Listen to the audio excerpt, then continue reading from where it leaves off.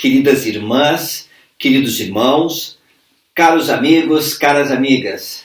Que alegria imensa nos reunirmos mais uma vez para estudarmos o Evangelho. Hoje nós vamos estudar Doutrina e Convênios 83. E eu estou certo que essa passagem traz uma mensagem maravilhosa de paz e esperança a todos nós. E traz instruções do Senhor. Também poderemos falar, dentro deste assunto, de alguns temas que são vitais para a nossa salvação e exaltação. E eu estou muito feliz de compartilhar isso com você hoje. Essa revelação, ela foi dada em 30 de abril de 1832, logo após Joseph no Missouri ter visitado alguns membros, e ele esteve entre pessoas que se comprometeram a viver a lei da consagração. Então ele recebeu esta revelação que nós chamamos hoje de Doutrina e Convênios 83. Ela é bem curtinha, de 6 versículos, então nós vamos ler todos eles. Diz assim: em verdade, assim diz o Senhor, como acréscimos às leis da igreja concernente às mulheres e crianças que pertencem à igreja e que perderam seus maridos ou pais. As mulheres têm o direito de receber dos maridos o seu sustento, até que eles lhes sejam tirados, e, se não forem transgressoras, terão participação na comunidade da igreja, e se não forem fiéis, não terão participação na comunidade da igreja. Contudo, poderão permanecer em sua herança, de acordo com as leis do país. E todos os filhos têm direito de receber de seus pais o seu sustento, até alcançarem a maioridade. E depois disso, eles têm direito de recorrer à igreja, ou em outras palavras, ao armazém do Senhor, caso seus pais não tenham com o que lhes dar herança. E o armazém deverá ser mantido pelas consagrações da igreja, e prover-se-á a subsistência das viúvas e dos órfãos, como também dos pobres. Amém. Deixa eu só explicar isso. Essas pessoas, elas estavam vivendo a lei da consagração. Elas doavam tudo que tinham, e então elas recebiam terras como herança, recebiam uma parte para se manterem, então elas começavam a produzir, e à medida que elas iam produzindo, elas tiravam o necessário para elas viverem, e uma vida confortável, e o excedente ia para o armazém do Senhor, que era passado a outras famílias que também faziam convênios de cuidado dos pobres. Neste caso, o Senhor estava se referindo àquelas irmãs que seus maridos faziam parte do convênio, dessa lei da consagração, e se elas morressem, se eles morressem, o que aconteceria? Elas continuariam com a sua herança, e se fossem fiéis, poderiam usar do armazém do Senhor normalmente. Nos nossos dias, nós temos recebido orientações dos profetas quanto a esses assuntos. O presidente Gordon B. Hinckley ensinou: incluído entre as mulheres da igreja estão aquelas que perderam seus maridos por abandono, divórcio e morte. Grande é a nossa obrigação para com vocês. Espero que toda mulher que se encontra em tais circunstâncias seja abençoada com um bispo compreensivo e prestativo, como a presidente da Sociedade de Socorro que sabe como ajudá-la, com mestres familiares que saibam onde estão os seus deveres e como cumpri-lo, e com um grupo de membros da ala que são prestativos, sem serem intrusivos. Fim da citação. Prestativos, mas sem se meter muito na vida dos outros. Resumindo, eles falaram intrusivos aqui, o profeta, a palavra mais bonita, né? Então, seja prestativo, mas não precisa se meter na vida dos outros. Ajuda e a pessoa continua a vida. Isso aqui, essa mensagem, essa situação está em Mulheres da Igreja, A Liahona, novembro de 1996, presidente Gordon B. Hinckley. O presidente Hunter também deu mais alguns esclarecimentos. E ele fala o seguinte, abre aspas, vocês que possuem o sacerdócio têm a responsabilidade, a menos que sejam deficientes, de prover sustento material para sua esposa e filhos. Nenhum homem pode transferir o fardo da responsabilidade para outro, nem mesmo para sua esposa.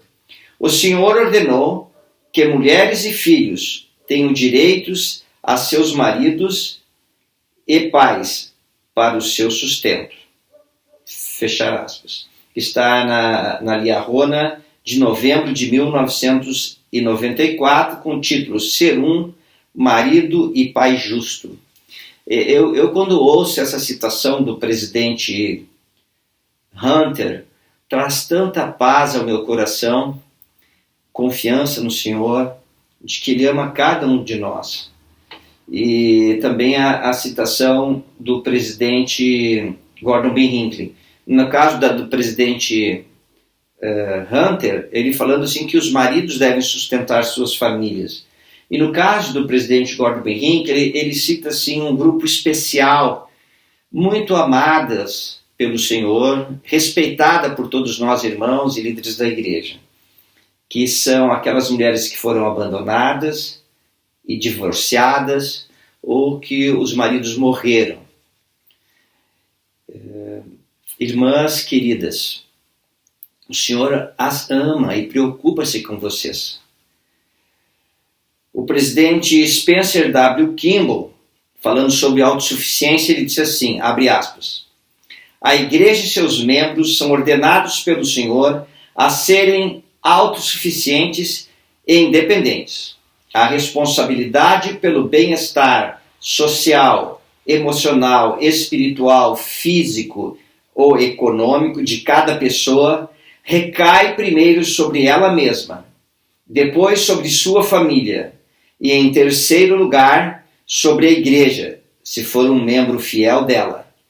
Nenhum verdadeiro santo dos últimos dias, embora seja fisicamente ou emocionalmente capaz, transferirá voluntariamente o fardo do seu próprio bem-estar ou do de sua família para outra pessoa. Enquanto puder, sob inspiração do Senhor e com seu próprio trabalho, ele suprirá a si mesmo e as suas famílias com as necessidades espirituais e temporais da vida. Fim da citação. Está em Serviços de Bem-Estar, o Evangelho em Ação, Liahona, novembro 1977.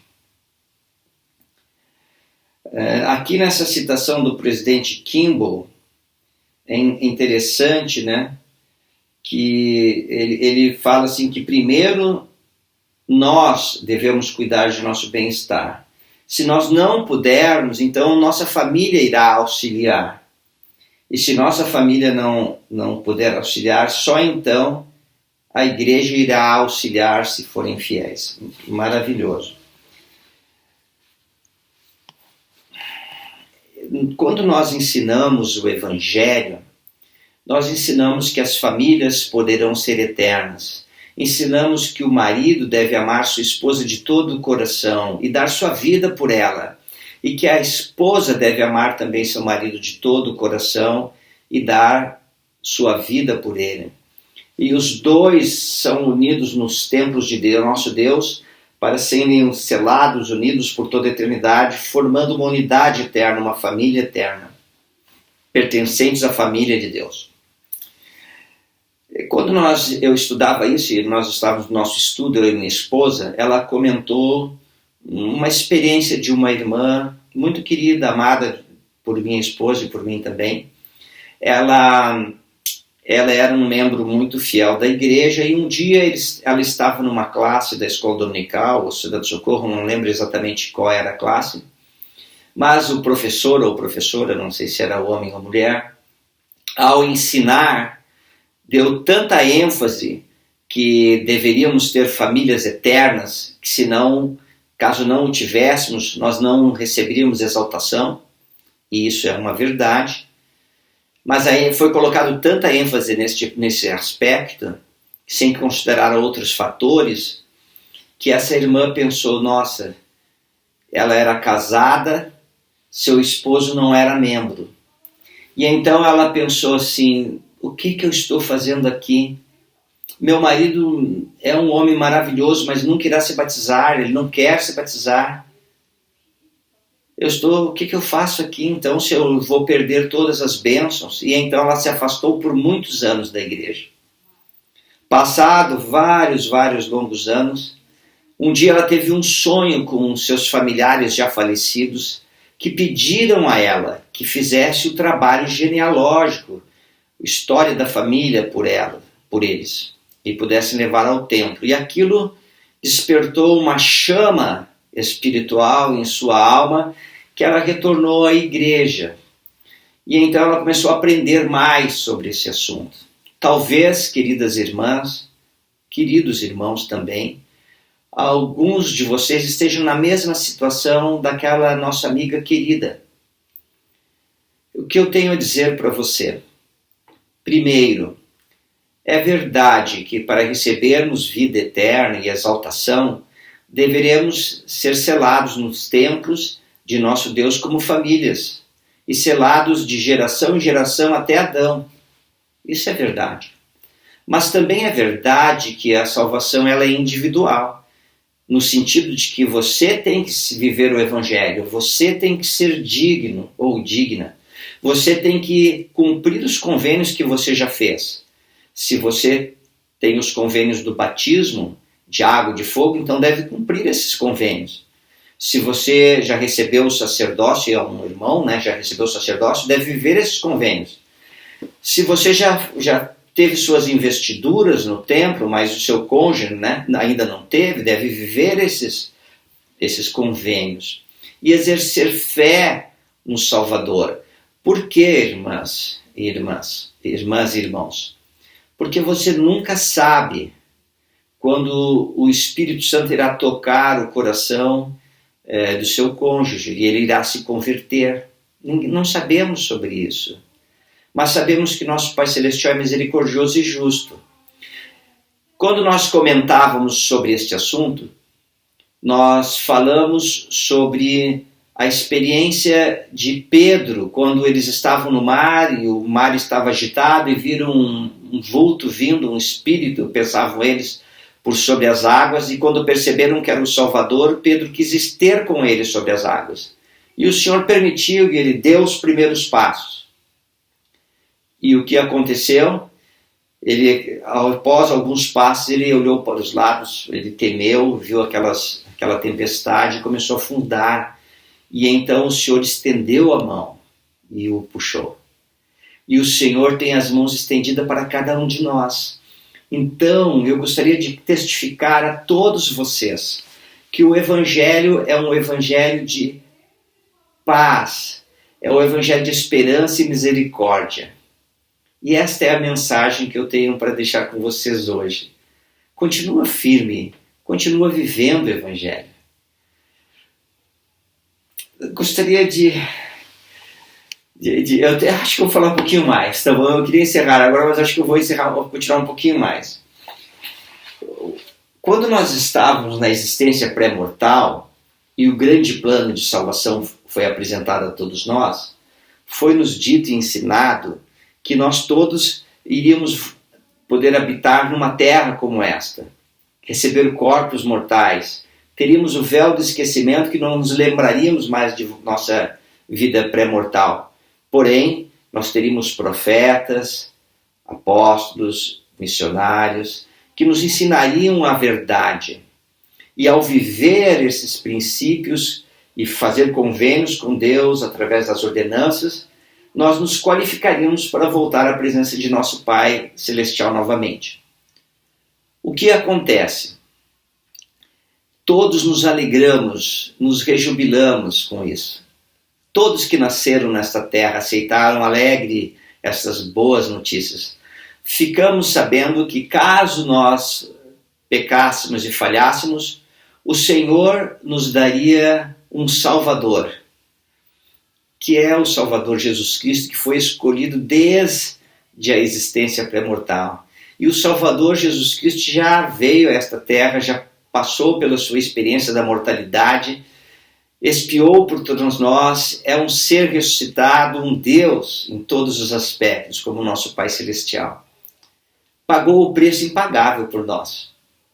Muito bem. Quando morremos, eu e vocês, e a humanidade toda, desde Adão até hoje, e até a última pessoa que viver nessa terra, nós viveremos e depois de um tempo nós iremos morrer. Não importa se seja bem jovem ou de avançada idade. E assim que morrermos, nosso espírito irá se separar de nosso corpo e nós iremos habitar no mundo espiritual.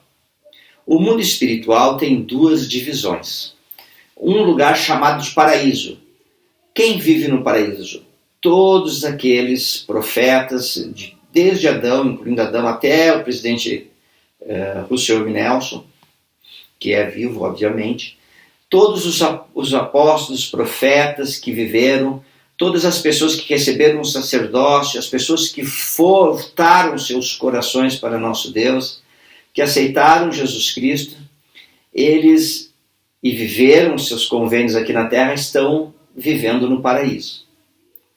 E todos os que não aceitaram Jesus Cristo aqui na terra, ou aqueles que viviam em um lugar que não foi apresentado e não souberam sobre o Salvador, estão numa outra parte do mundo espiritual chamada prisão.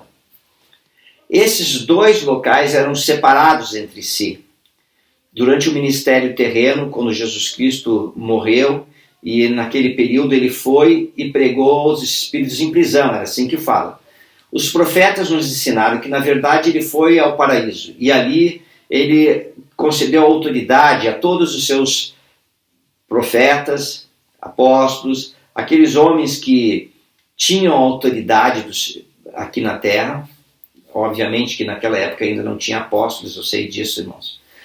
E o Senhor conferiu esta autoridade a eles, aos profetas, e a separação entre o mundo espiritual e a prisão, então, foi rompida. E os profetas, em cada um em sua geração, com todos os seus membros, né, portadores de sacerdócio, irmãos e irmãs, enfim, eles foram e pregaram aqueles da sua geração que não receberam o Evangelho. E esta é a grande obra que está acontecendo hoje lá no mundo espiritual. E o Senhor nos ensinou que tão logo nós partamos desta terra, nós, ao chegarmos no mundo espiritual, nós imediatamente iremos trabalhar nesta obra de levar o Evangelho a todos. Também as pessoas às vezes ficam pensando, mas onde há o mundo espiritual? O mundo espiritual é aqui nesta terra. Nós somos separados por um véu. Às vezes o véu é tão tênue que nós podemos ter visões do mundo espiritual e eles de nós.